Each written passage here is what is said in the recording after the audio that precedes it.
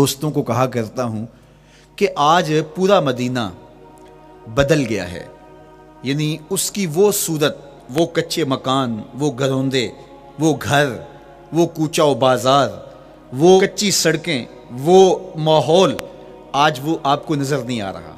جہاں کچے مکان تھے جن کے اوپر چھت کھجور کے پتوں کی پڑی تھی، وہاں عالی نصب پلازے آپ کو نظر آتے ہیں، فلک بوس آپ کو ہوٹل نظر آتے ہیں۔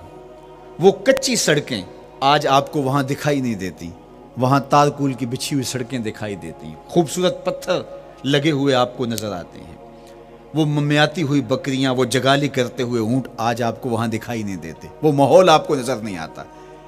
تو پرانا مدینہ اگر ڈھونڈنے نکلیں بھی تو ظاہر ہے اگرچہ ان پختہ اور خوبصورت عمارتوں کے اندر بھی عکس جمال محمد کا پڑ رہا ہے، لیکن وہ پرانا دور اگر آپ تلاش کرنا چاہیں تو وہ آپ کو وہ چیزیں نہیں ملتی۔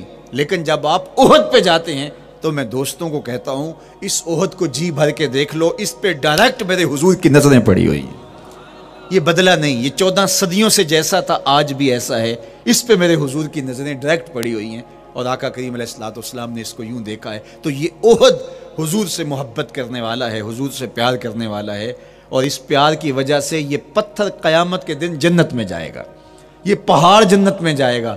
یار اگر ایک پہاڑ حضور سے پیار کر لے تو وہ مکین جنت بن جاتا ہے، اور اگر حضور کا غلام ایک عاشق حضور سے محبت کرے تو اللہ اس کو کتنے درجے عطا فرمائے گا۔ تو آقا کریم نے زور سے قدم مارا اور فرمایا احد ٹھہر جا، تیرے اوپر اللہ کا ایک نبی ہے، ایک صدیق ہے، اور 2 شہید ہیں۔ اللہ اکبر۔ تو یہ حضور علیہ الصلوۃ والسلام کے مبارک قدم کی شان ہے، یہ حضور کے مبارک قدم کا جمال ہے اور اس کی خوبصورتی ہے۔ غزوہ ذات الرقاع کے اندر حضرت جابر کا اونٹ چلتے چلتے تھک گیا، سفر لمبا تھا اور اونٹ کمزور تھا، تو چلتے چلتے اس کو تھکن ہو گئی۔ اب وہ قافلے سے پیچھے رہتا چلا جاتا ہے، تو اس نے حضور کی خدمت میں عرض کی، یا رسول اللہ یہ اونٹ تھک گیا ہے اور میں قافلے کے ساتھ چل نہیں پا رہا۔ تو آقا کریم علیہ الصلوۃ والسلام نے اپنے مبارک قدم سے اس اونٹ کو ٹھوکر لگائی۔ فَنَشَطَ حَتَّى كَانَ مَا يَمْلِكُ زَمَامَهُ۔ حضرت جابر کہتے ہیں اس کی لگام سنبھالی نہیں جاتی تھی، اتنا تیز چلتا تھا۔ یار جس کے قدموں کی ٹھوکر سے یہ توانائی آ جائے، اس کے ہاتھوں کی توانائی کا عالم کیا ہوگا۔ تو اللہ نے صرف حضور کے مبارک قدموں کو صوری حسن ہی نہیں دیا تھا، مانوی جمال اور توانائی بھی عطا فرمائی تھی۔ حضور علیہ السلام کے چچا جناب ابو طالب کہتے ہیں کہ میں حضور علیہ السلام کے ساتھ تھا، تو راستے میں ذی المجار کی منڈی آئی، اور وہاں حالات ایسے تھے کہ پینے کے لیے پانی دستیاب نہیں تھا۔ تو میں نے کہا کہ عطشت ولیس عندی ماء، مجھے تو سخت پیاس لگی ہے اور پانی بھی پاس نہیں ہے۔ فنزل النبی صلی اللہ علیہ وسلم وضرب بقدمہ الارض فخرج الماء فقال اشرب۔ تو حضور نے اپنے مبارک پاؤں سے زمین پر ٹھوکر لگائی، چشمہ پھوٹ پڑا، اور آقا کریم نے فرمایا چچا پانی پی لیجئے۔ تو وہ پاؤں اگر زمین پہ لگے تو چشمے پھوٹے، اگر احد پہاڑ پہ وہ پاؤں پڑے تو اس کا زلزلہ جاتا رہے، اور اگر وہ کسی جانور کو حضور ٹھوکر لگائیں تو اس کے اندر اس قدر تیزی آ جائے کہ اس کی باغ سنبھالی نہ جائے، اتنا سریع رفتار ہو جائے۔ اب ان قدموں پہ کون قربان نہیں ہوگا؟ یار ان قدموں کو چومنے کے لیے جبریل بھی تو بے تاب دکھائی دیتے ہیں۔ معراج کی شب جب جبریل حاضر خدمت ہوئے، حضور محو استراحت ہیں، تو جبریل عرض گزار ہوئے، مالک تیرا محبوب تو سو رہا ہے۔ اللہ اکبر، تبارک اللہ، شان تیری تجھی کو زیبا ہے بے نیازی، کہیں پہ جوش لن ترانی، کہیں تقاضے وصال کے تھے۔ ایک کوہ طور پہ خود چل کے جاتا ہے اور عرض گزار ہوتا ہے، رب آرنی انظر الیک، مالک تجھے دیکھنا چاہتا ہوں۔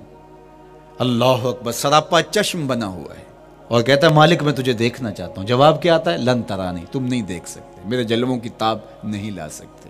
ایک خود چل کے جا رہا ہے اور تقاضۂ رویت کرتا ہے، اور جواب آتا ہے لن ترانی، اور ایک سویا ہوا ہے چادر اوڑھ کے، اور جبریل کہتے ہیں محبوب اٹھیے، رب آپ کو بلا رہا ہے۔ تبارک اللہ، شان تیری تجھی کو زیبا ہے بے نیازی، کہیں پہ جوش لن ترانی، کہیں تقاضے وصال کے تھے۔